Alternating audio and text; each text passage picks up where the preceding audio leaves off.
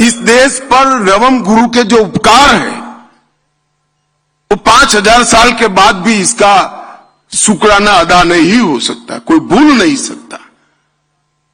जब कश्मीर के पंडित उनके पास गए और कहा हमारा जबरन धर्म परिवर्तन हो रहा है, हमें बचाइए, आप ही बचा सकते हैं, तब उन्होंने उनके मुख से एक वाक्य निकला कि ये जुर्म तभी रुकेगा धरती कोई महान आत्मा का बलिदान मांगती है।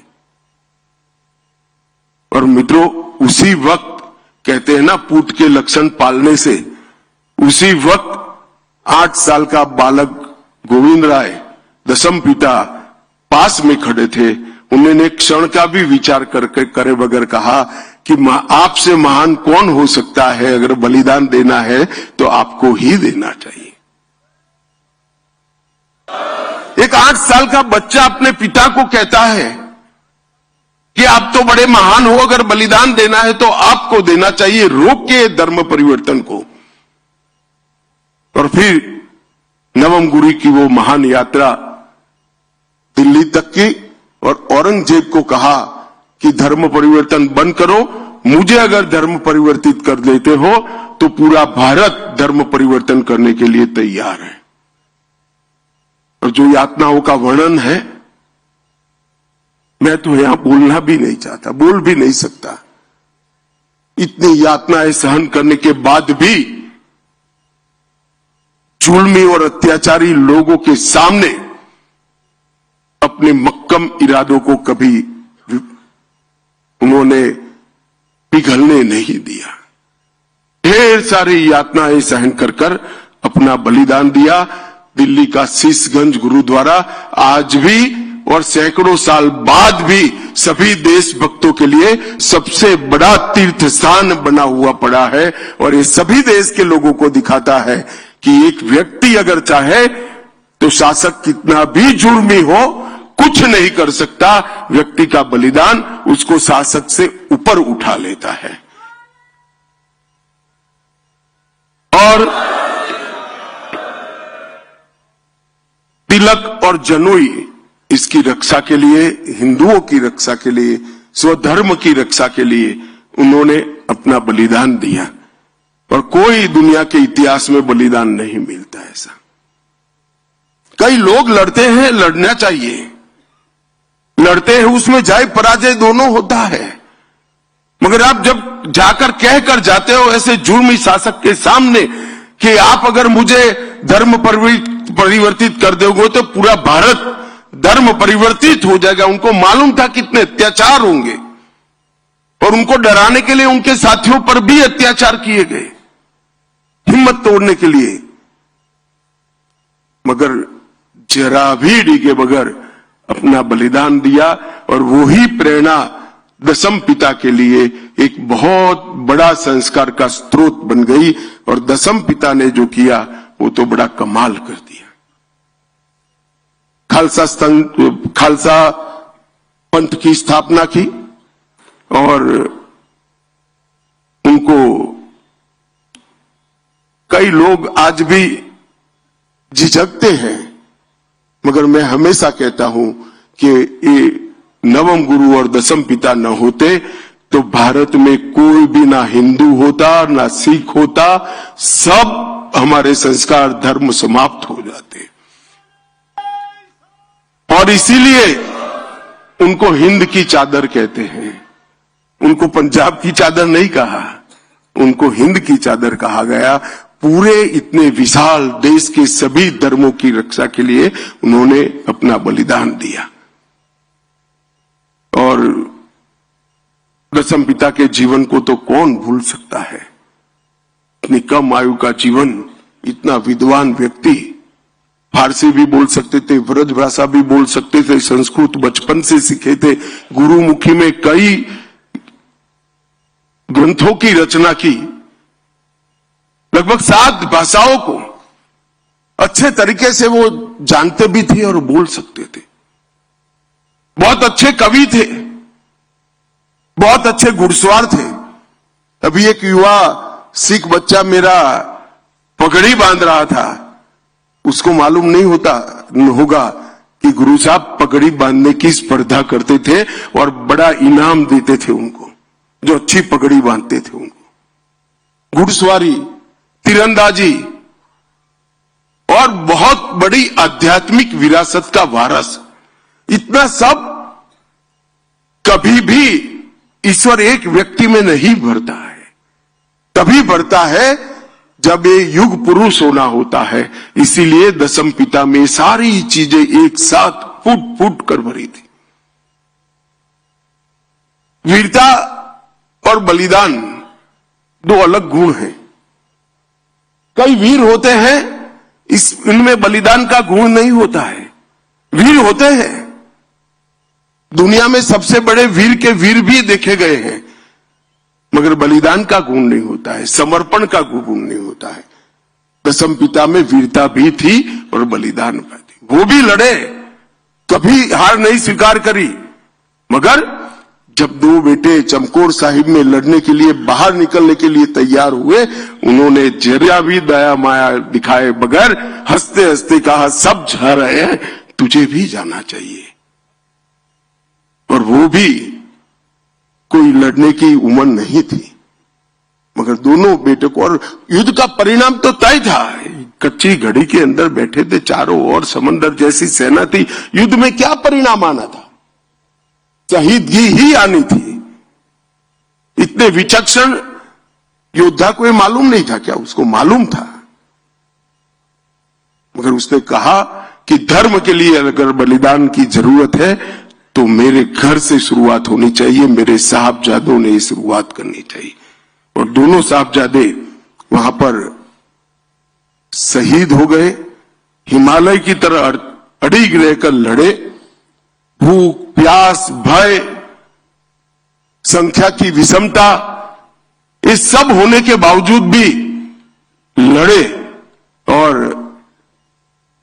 बाबा अजीत सिंह जी और बाबा जुझार सिंह जी 18 साल और 14 साल, 14 साल के बाबा जुझार सिंह जी जब गए तो मुगल भी दांतों में उंगली दबाकर देख गए कि किस मिट्टी से गुरु गोविंद सिंह जी बने हैं। अपने बेटे को, 14 साल के बेटे को यहां लड़ने भेज दिया। और मित्रों, ये बहुत बड़ी बलिदान के संस्कार को सालों तक आगे ले जाने वाला ये पल था। और जब दोनों बेटे जिंदा दीवार में चुन लिए गए और वो पिता के मन में कोई भाव नहीं होंगे ऐसा नहीं है, मगर उन्होंने इस भाव को कभी ऊपर नहीं आने दिया। और दोनों बेटे दीवार में चुनवा लिए गए और जुर्म और धर्मांधता की एक प्रकार से इंतहा का उदाहरण मुगलों ने, दुनिया ने के सामने रखा। और मुझे तो आज भी वो पल की मैं थोड़ा रिवाइंड कैसेट चलाकर दिमाग में सोचता हूं कि माता गुजरी ने पगड़ी ढंग की बांधकर बच्चों को वहां भेजा होगा। वो मां के हृदय पर क्या गुजरी होगी, अपने पोतों को वहां भेजना और इतनी बहादुरी से भेजना कि तुम गुरु गोविंद सिंह जी के बेटे हो, कहीं झुकना मत, डरना मत, धर्म के लिए अड़िग रहना। वो संस्कार बहुत कम लोग अपने बच्चों को दे पाते हैं। मित्रों, जब उनको समाचार मिला कि चारों साहबजादे शहीद हो गए हैं और एक मां ने इनके सामने सवालिया नजर से पूछा कि अब क्या, मेरा तो कोई बेटा ही नहीं बचा, तब ये महान आदमी के मुंह से ऐसे ही निकल गया, 4 मुए तो क्या हुआ, जीवित कई हजार। ये बहुत बड़ा मन चाहिए साहब। बहुत बड़ा मन चाहिए। और आज हम सब दशम पिता को श्रद्धा से देखते हैं। और आज दशम पिता का वाक्य भी सही होगा, जुर्म करने वाले तो चले गए, आज उनके हजारों लाखों करोड़ों बेटे धर्म के लिए लड़ने के लिए तैयार खड़े हैं, मातृभूमि के लिए लड़ने के लिए तैयार खड़े हैं। और ये गुरु गोविंद सिंह जी के मन से निकला हुआ वाक्य था, ये कोई भाषण नहीं था। जब अपनी पत्नी हिसाब मांगती है कि मेरे बेटों का क्या हुआ भाई, अब मैं किसको बेटा कहूंगी, तब मन से निकला वो वाक्य थे, 4 मुए तो क्या हुआ, जीवित कई हजार। ये वाक्य दशम पिता के मुंह से ही निकल सकता है। जीवन में कभी पराजय को स्वीकारा नहीं, अंत समय तक लड़ते रहे और फौलादी इरादों से एक बहुत बड़ी ताकत को चैलेंज दिया। और मैं निश्चित रूप से मानता हूं कि दशम पिता ने लिखा हुआ पत्र औरंगजेब को अपने मृत्यु की अंतिम घड़ी में भी याद होगा और इसने उसके ईश्वर से जरूर माफी मांगी होगी। इतना नैतिक ताकत, इतनी बड़ी शहादत के बाद आना, ये बहुत बड़ी बात है। और आजादी के बाद इतिहास को एक प्रकार से किसी का कोई इरादा नहीं होगा, मगर एक प्रकार से भुला दिया गया। धर्म के प्रति श्रद्धा, देश के प्रति लगाव और धर्म और देश के लिए शहीदगी का भाव, वो छिपाने की बात नहीं है, इसका महिमा मंडन होना चाहिए। छोटे बच्चों को आज भी साहबजादों की तस्वीर से, इनकी बलिदान से प्रेरणा मिलनी चाहिए। और मोदी जी ने बहुत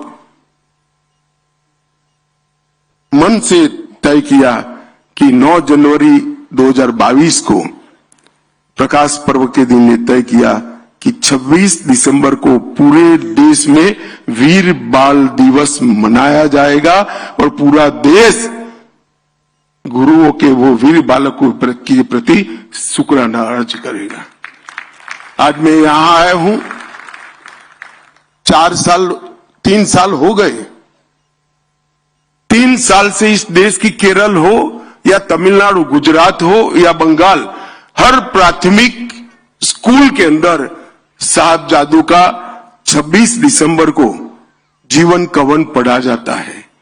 उनके जीवन पर निबंध लिखने की स्पर्धा होती है और उसमें दोनों साहबजादों के नाम से इनाम भी दिया जा सकता है, इनाम भी दिया जाता है। आप कल्पना करिए कितने करोड़ों बच्चों के लिए आज ये दोनों वीर बालक, गुरु के दोनों साहबजादे, दोनों शहीद बालक हमारे, वो प्रेरणा का स्रोत बन गए। और कई पिताओं के लिए भी स्रोत बने। कई पिता प्रार्थना करते होंगे कि ईश्वर बेटा देना तो ये शहीद साहबजादों जैसा देना जो मुझे भी अमर कर दे इतिहास में। और ये बात जब ये सप्ताह मनाने का तय किया और वीर बाल दिवस को हमने बहुत मन के साथ मनाने की शुरुआत करी है भारत सरकार ने, सभी राज्य सरकारों ने इसकी सहायता की है। किसी भी पार्टी की हो, किसी ने मना नहीं किया, हर पार्टी की राज्य सरकारों ने इतनी सहायता की है। और आज देश भर में साहबजादों को याद किया जाता है। मित्रों, एक प्रकार से नरेंद्र मोदी जी बहुत भाग्यवान प्रधानमंत्री हैं। इसलिए नहीं कि 3 बार चुनाव जीत गए, 3 बार प्रधानमंत्री बने। देखिए, उनके ही प्रधानमंत्री काल में गुरु तेग बहादुर जी का 350वां शहीदी दिवस आया। नानक देव जी महाराज का 550वां प्रकाश पर्व आया। तेग बहादुर जी का 400वां प्रकाश पर्व आया और सर्वंसदानी दशम पिता का 350वां भी प्रकाश पर्व उन्हीं के कालखंड के आया। ये भी गुरुओं की कृपा है कि एक ही प्रधानमंत्री के कालखंड में प्रथम गुरु नानक देव जी महाराज से लेकर दशम पिता तक सभी के जीवन से जुड़ी हुई घटनाएं आई और ये पूरी सिख गुरुओं की परंपरा को देश और दुनिया के सामने रखने में नरेंद्र मोदी सरकार ने कोई कसर नहीं रखी। कई सारे ऐसे इश्यू थे, FCRA का हरमिंदर साहिब का रजिस्ट्रेशन, करतारपुर साहिब का गलियारा,